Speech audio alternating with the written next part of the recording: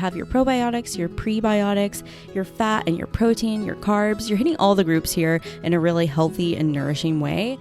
So today I'm going to get started on a few recipes that we've been liking lately, cozy, comforting, and all the good stuff.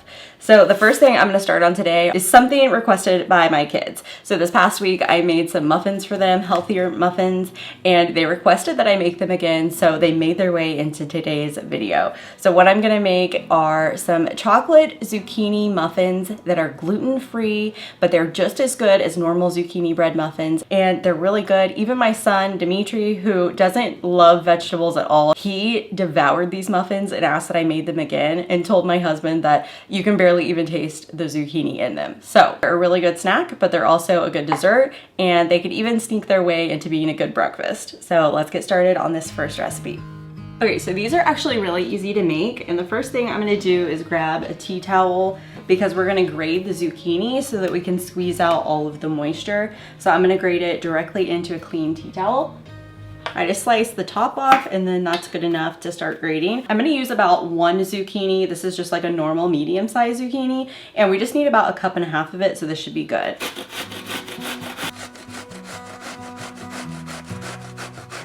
And I love how quickly zucchini grates because it doesn't take a lot of energy or muscle. You can grate it in 2 seconds, so I don't need to whip out like my food processor or anything because it'll be super quick.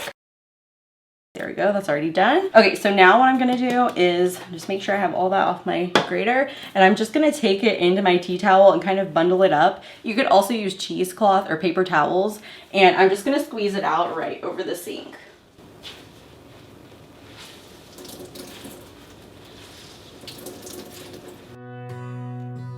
So there we go. That's nice and dry. So now I'm gonna start on our wet ingredients here. The first thing we're going to add to the bowl here are 2 eggs.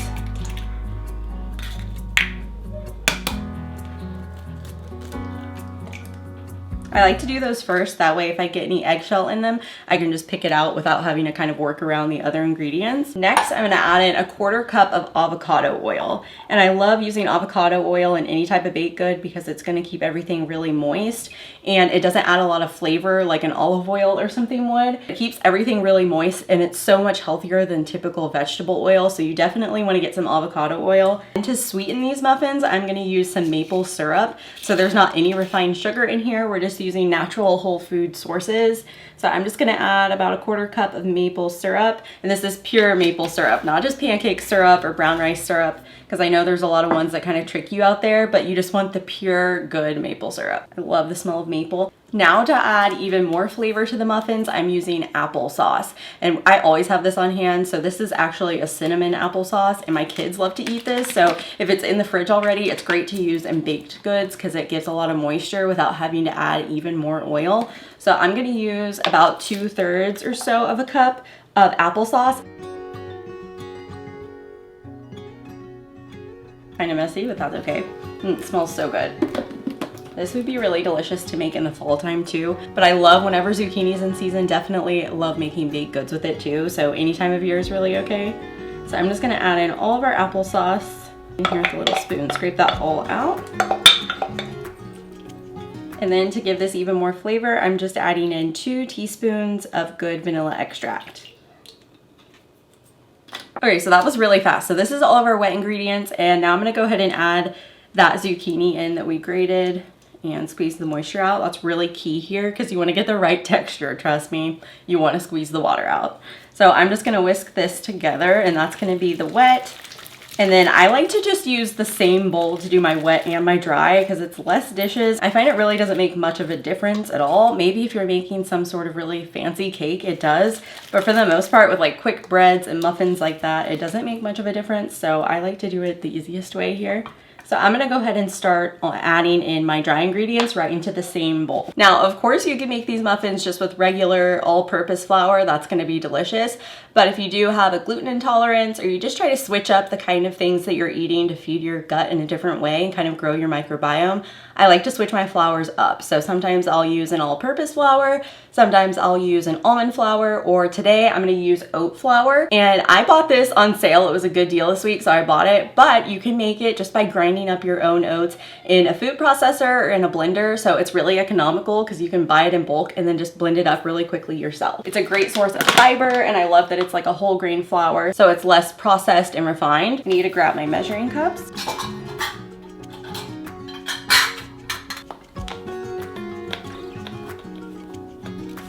So for this recipe, it makes about 1 dozen muffins. So I'm gonna use about 1.25 cups of flour.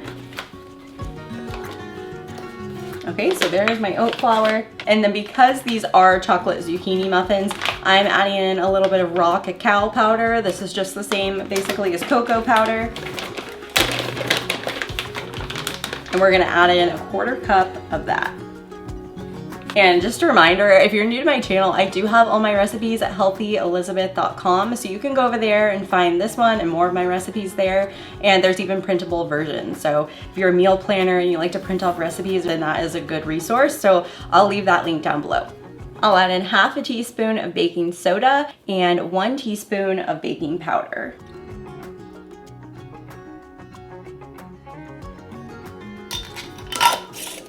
So that'll make these muffins nice and fluffy. And I like to use lots of leavening agents, especially when I'm using a denser flour like oat flour, because that gives it better rise and just overall better texture. So I love doing that.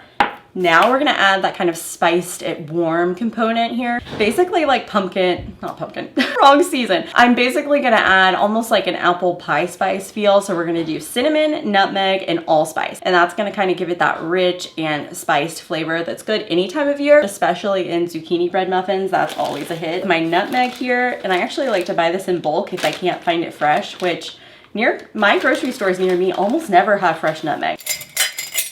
A little bit of nutmeg, about the same amount of allspice. And then I'll add in about 3/4 of a teaspoon of Ceylon cinnamon. Any good cinnamon is gonna work in here. If you don't like the more spice flavor, then you can just use cinnamon instead of using the mix of nutmeg and allspice. So about 3/4 of a teaspoon of cinnamon goes in. Now to bring out all the flavor of my baked goods, I always use salt, especially when I'm not using like a salted butter. I'll go ahead and add in just a pinch of salt to balance out the sweetness in here and make sure that there's plenty of flavor to that zucchini. I'll mix this together. I like to use a whisk. That way I get everything combined and it doesn't overmix, because anytime you overmix a muffin, the texture's just not gonna be quite right. It's gonna be tough. So I just mix that together until it's just almost mixed, and then I'm gonna add in my chocolate chips. So let me grab those. You can use any chocolate chips that you like. Today I'm gonna use some of these Hu chocolate chips. These are some of my favorite, and they have no added sugar in them, but they are the semi-sweet ones, but I think they're sweetened with coconut sugar, so I just prefer that, but you can use any chocolate chip here. And I'm just gonna use about 1/3 of a cup. And then I also put a few extra chocolate chips on top, but that's optional. I'll leave it to your discretion how many chocolate chips you want to sneak in here. Okay, my chocolate chips are in, and so I'm gonna switch now to my wooden spoon instead of a whisk and just gently fold those in.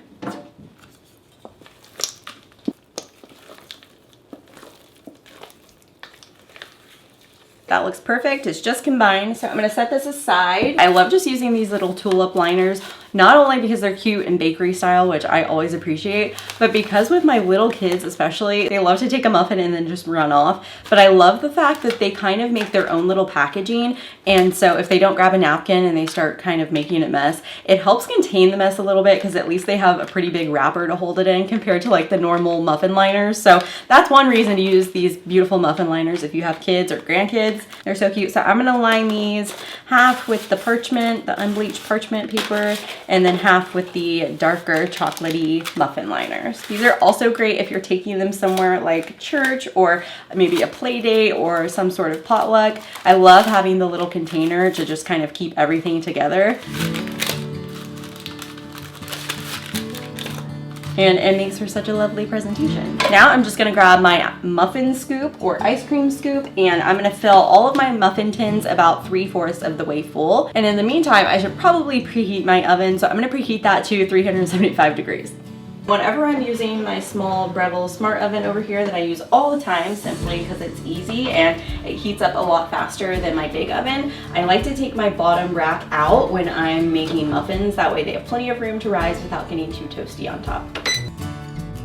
I went forever just using 2 spoons to do my muffins, but if you do not have one of these ice cream scoops or muffin scoops, these are the best things ever. They make it so much easier. And my daughter, Seraphima, she's 8 and she loves to make muffins, and this just makes it so much easier for your kids to get involved too. So this is definitely a recipe that they can make. And scoop these into all of our muffin tins, and I love it when your batter just kind of holds together. That's the sign of a good muffin batter. I don't know if this is true, but I also feel like muffins are kind of like pancake batter, and when you let it sit on the counter for just a second and kind of fluff up, I feel like the texture gets better. I don't know if that's real or not, but I certainly feel like it is. I like to go ahead and like line my muffin tins, preheat my oven after I've already put my muffin batter together, because I feel like just letting it sit there for a minute does wonders. So let me know if that happens to you. I don't know.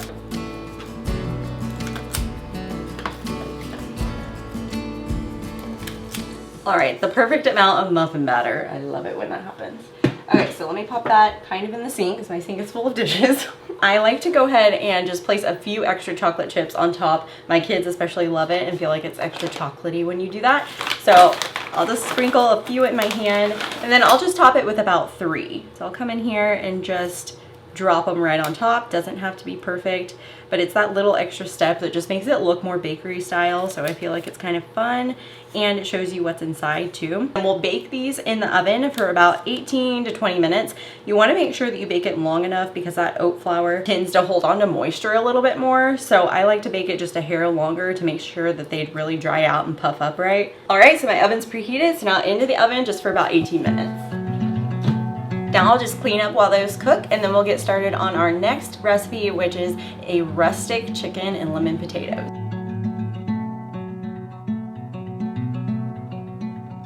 So my muffins are out and cooling, and while those cool, I'm gonna get started on this chicken and lemon dish. In my large 9x13 baking dish, I just have 6 bone-in, skin-on chicken thighs. This really could not be easier, but it's one of those dishes where you almost can't believe that it's so simple and that good. I'm gonna use a few Yukon Gold potatoes here. I think I'm gonna use about 4 today because these are pretty big, and we're gonna peel them, cut them into big quarters, and that's all gonna roast down with the chicken and this like lemon marinade, and it is so good. It's one of those things that tastes just like your favorite Greek restaurant, and it is just phenomenal. It's one of my favorite dishes.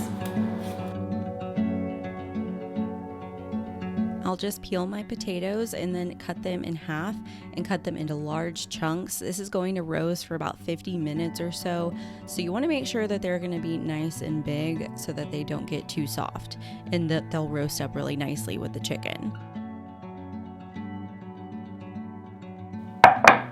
Then to make the marinade, I like to squeeze in about a 1/4 cup of freshly squeezed lemon juice.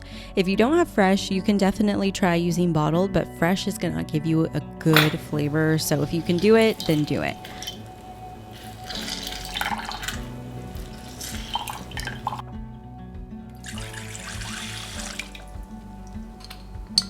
And I'll pour in some good olive oil. After that, I'll add in a little bit of chicken broth to help everything get nice and tender. You could also use bone broth or even vegetable broth if that's what you have on hand. Then I'll add in crushed garlic. I like lots of crushed garlic in this. And then season it with a little bit of dried rosemary and lots of dried oregano. Salt and pepper it to taste. You can really do it to your taste. I like to make sure it's nice and salty because salty pairs really well with lemon. And when you're cooking from scratch, you just want to make sure that you're using plenty of salt to make sure everything's flavorful. And I'll just mix that together, and that's our marinade and our sauce. You could serve this even over rice, and it's so flavorful. Definitely don't waste that marinade. It's delicious. I'm going to pour that all over the chicken and potatoes, and you can let it sit in the dish like this in the fridge for about an hour or 2, or you can just leave it on the countertop for just a couple minutes like I'm doing today. Now our chicken is marinating, so we can either put this in the fridge and let it marinate for an hour or two, or you can go straight into the oven. And honestly, the flavor is still so good because of that lemon juice and all the herbs. So I'm gonna let this marinate for just a couple minutes while I preheat the oven, and then it'll go straight in and be ready for dinner. Oh, it smells good already.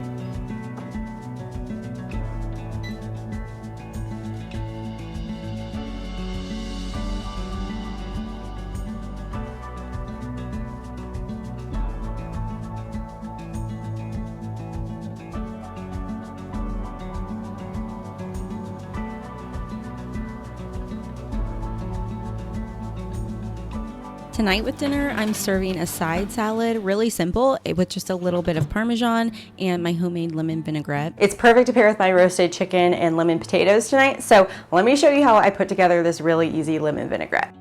Homemade salad dressings are one of the things that I think is most important to learn how to make yourself, and I love how clean this salad dressing is. So I'm just adding in lemon juice, olive oil, some crushed fresh garlic, and then I like to use stone ground mustard instead of a Dijon. I think it has great flavor and texture. And then I'll just do a little bit of raw honey,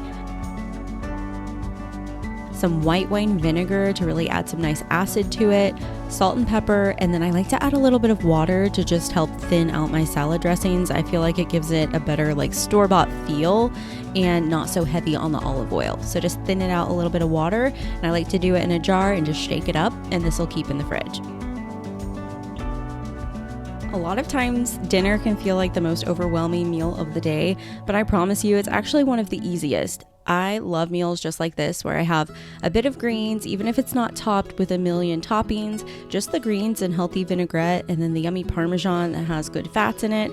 It really is good for you. And then I pair that with that nice roasted protein and a carb or some sort of veggie that's just a whole food carb versus a processed one. It's great for you. And then I'll have a little side glass of kombucha, and it's full of probiotics. So you have your probiotics, your prebiotics, your fat and your protein, your carbs. You're hitting all the groups here in a really healthy and nourishing way. And then end the day with one of my delicious chocolate zucchini muffins, and you have a day that's been well spent in the kitchen.